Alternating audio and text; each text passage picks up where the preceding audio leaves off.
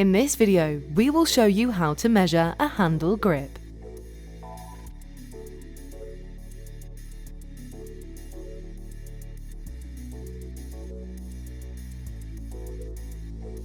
Step 1. First, measure your inner diameter. This is dimension A.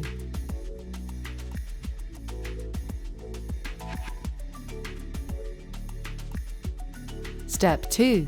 Next, measure your overall length. This is dimension B.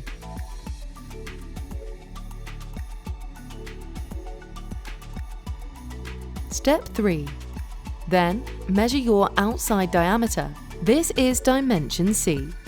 You now have the 3 critical dimensions for your handle grip.